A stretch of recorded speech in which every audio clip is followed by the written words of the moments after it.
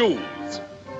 Daringly original musical that captures all the glamour of the south of France in exquisite technicolor. Blending compelling beauty and high drama with a love story of sheer enchantment.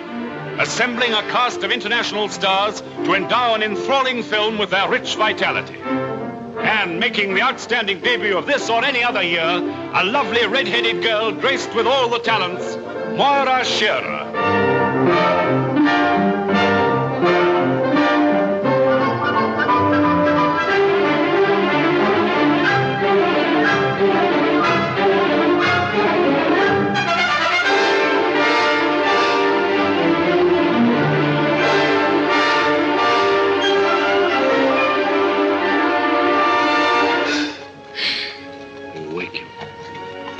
Wants to know where we are.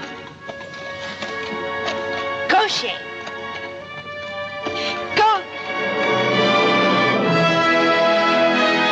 I thought once, Mr. Lermontov, that there would be no room in my life for anything but dancing. You will think so again, my dear. You're jealous of her. Yes, I am. But in the way that you will never understand. Well, Vicky? Julian, I love you. But you love that more.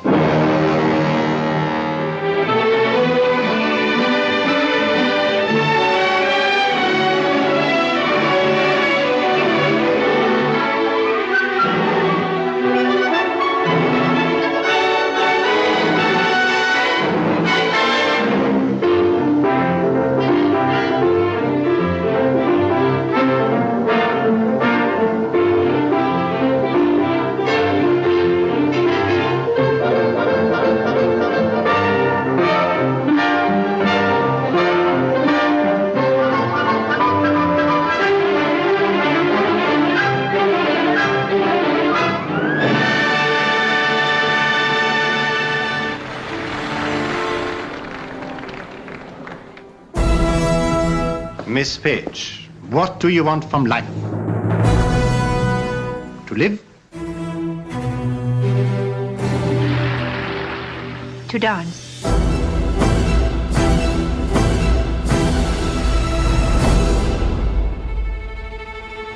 I could make you one of the greatest dancers the world has ever known. Music is all that matters. Nothing but the music. We are trying to create something of beauty.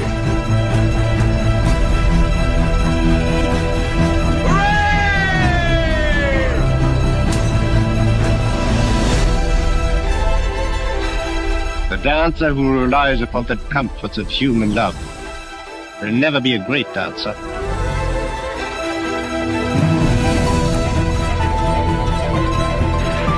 Time rushes by, love rushes by, life rushes by, but the red shoes dance on.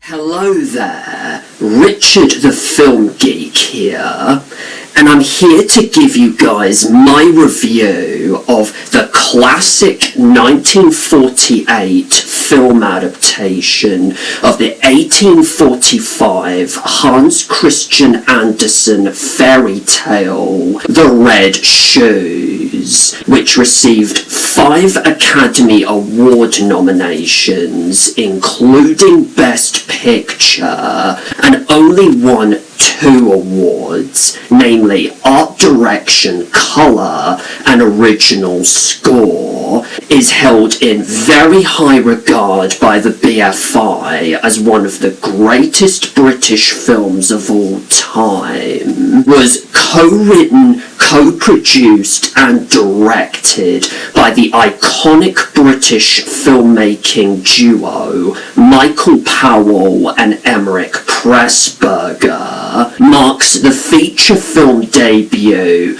of Moira Shearer, and also stars Anton Walbrook Marius Goring and Robert Helpman, who would of course later go on to appear as the iconically terrifying child catcher in Chitty Chitty Bang Bang.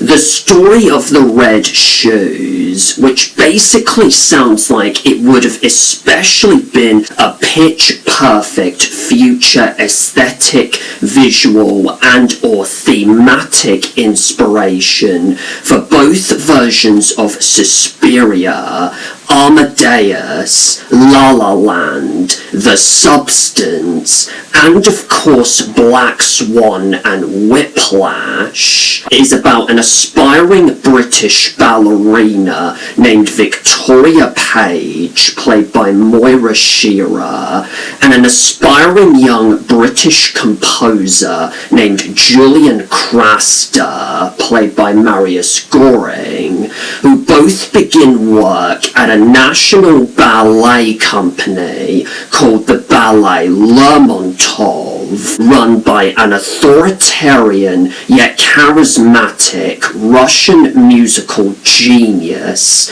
named Boris Lermontov, played by Anton Walbrook.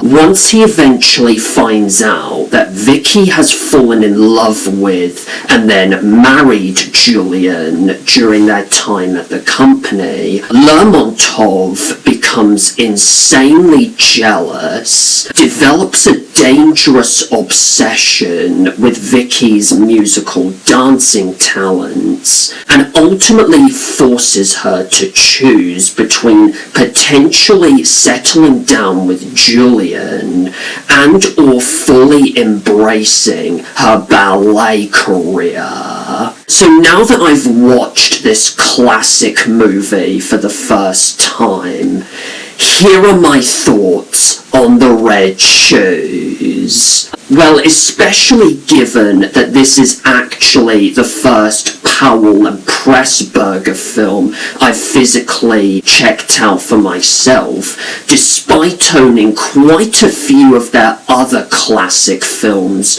on DVD, such as The Life and Death of Colonel Blimp, 49th Parallel, Black Narcissus, and A Matter of Life and Death.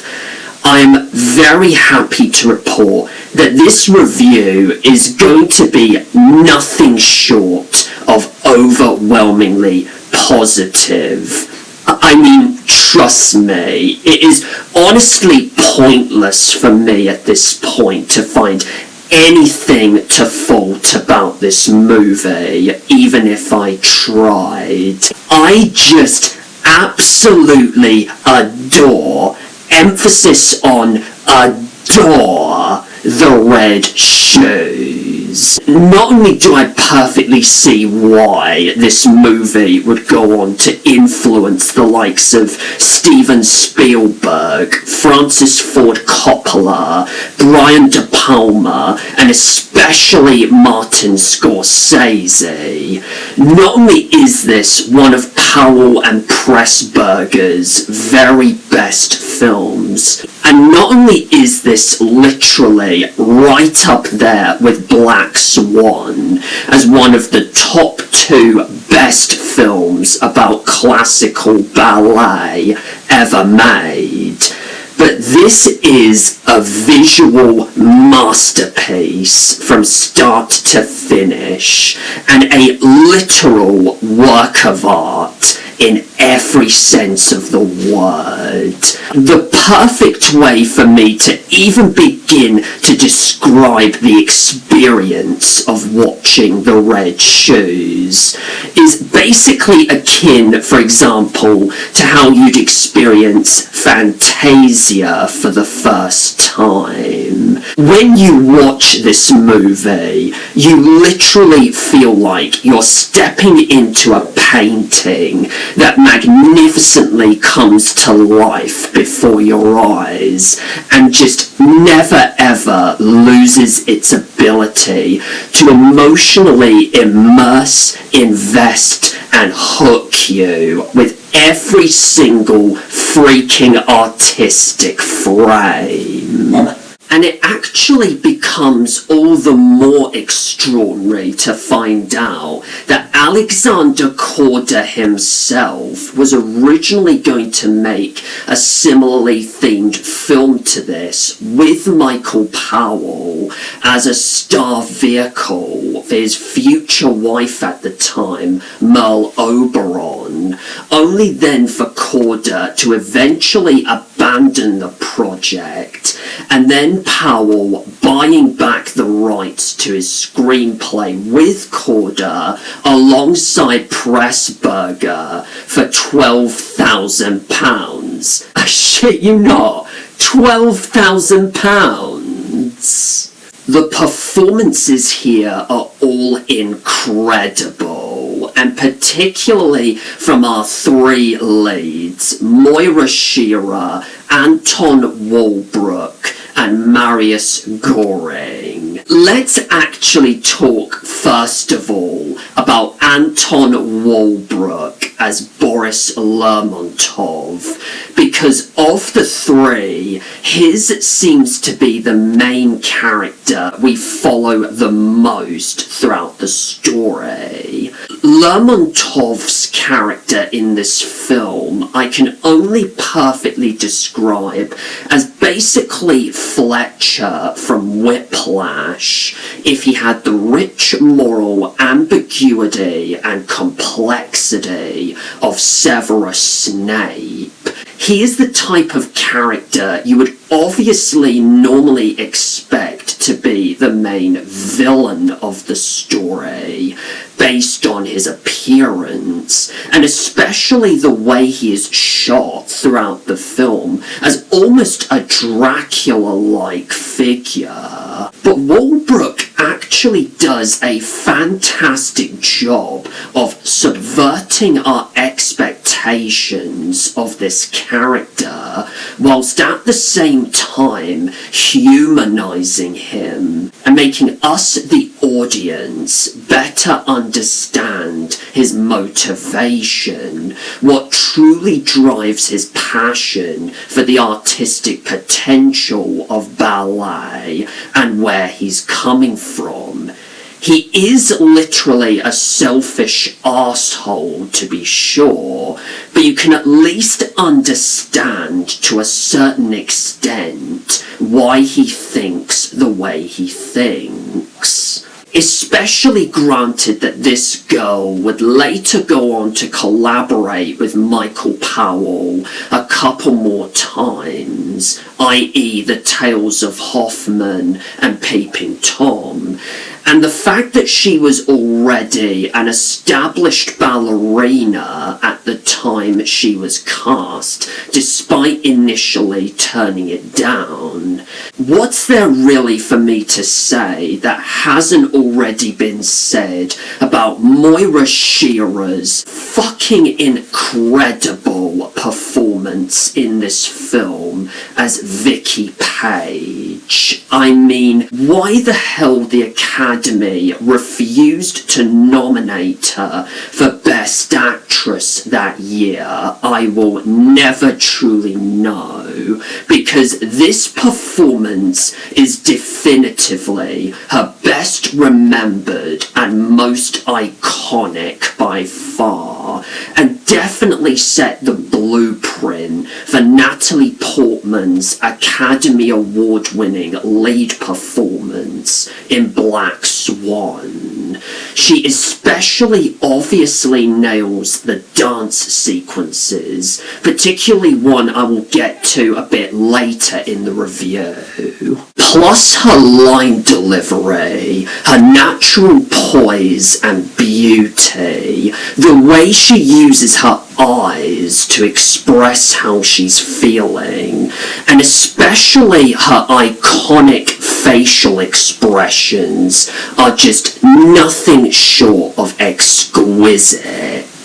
Marius Goring also does a fantastic job with his portrayal of Julian Craster as this really outwardly sweet guy who grows to love Vicky with all his heart, only for his similar inherent selfishness to Lermontov, as well as his true inconsiderate nature in terms of allowing Vicky to maintain the balance between her love life with him and her career, to ultimately be his tragic undoing by the end of the film. The rest of the supporting players, and especially Robert Helpman, all do such a fantastic job as well. Powell and Pressburger obviously hit it right out of the park with their direction here, and I really love how they managed to incorporate certain elements of the original fairy tale into the story with such a brilliantly and intelligently written Oscar-nominated screenplay, especially with how they depict Vicky's increasingly fragile physical, emotional and psychological state throughout the film, as she finds herself ultimately incapable of choosing between her two passions, as well as the shockingly tragic ending, which has since been deliberately left up to interpretation by many a film critic and or scholar as to whether Vicky intentionally commits suicide by jumping off the balcony and throwing herself in front of the train, or whether she willingly and subconsciously allows the titular red shoes to take over her body and ultimately decide her fate. Another aspect of this film you really have to give a standing ovation to is the incredible use of Technicolor, as well as the phenomenal cinematography by the legendary Jack Cardiff. From the way it is shot almost all in red, to even the luminous colour of Moira Shearer's iconic red hair, every single element of colour in this film just pops so vividly off of the screen that I honestly swear it feels like watching The Wizard of Oz all over again. The set design, the London, Paris and Monte Carlo locations they use, the costumes, the art direction, which very much deservedly won an Oscar, the brilliant score by Brian Easdale, which also very much well deserved its Oscar win, and the visual effects that were just so ahead of their time also make for a freaking stunning, beautiful and gorgeous movie to look at. Speaking of which, the last thing about this film I want to talk about, the extended 15-minute long sequence that happens midway through the film concerning the Red Shoes Ballet itself, which just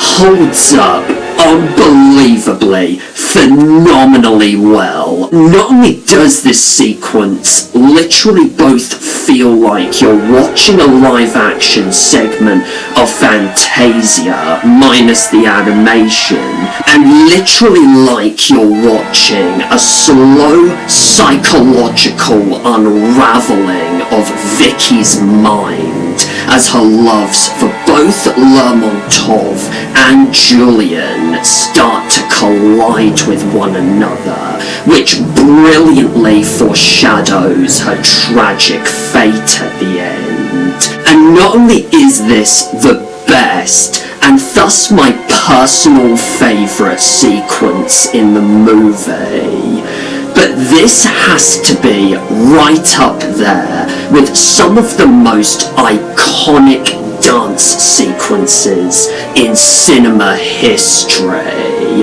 It is such an absolute masterwork of everything perfectly aligning and coming together to create a pure living tapestry of a scene. In conclusion, The Red Shoes is a classic, pure and simple. It is one of these movies that is so transcendent and so timeless that you completely forget this was made in the late 1940s, in an era when Europe and the rest of the world were completely reeling and slowly but surely on the road to recovery from the horrors of the Second World War. It brilliantly serves as a light-hearted, if not at times slightly dark, tragic, surreal and epic commentary on what makes creative art and what emotional sacrifices you have to make in order to achieve potential artistic success, which Black Swan tackles as well, to be fair, except that this film perfected this type of story first, as well as set the standard. If you're not into classical ballet in general, I completely understand then why this movie would not really be your cup of tea. However, if you're into Powell and Pressburger's films, and or if you're just purely a fan of cinema in general, then of course I would highly recommend that you check this movie out for yourself. Trust me, this is a 2 hours and 14 minutes that is so definitely worth your time. And with all that being said, The Red Shoes abso-freaking-lutely deserves my highest overall rating, which is a 10 out of 10.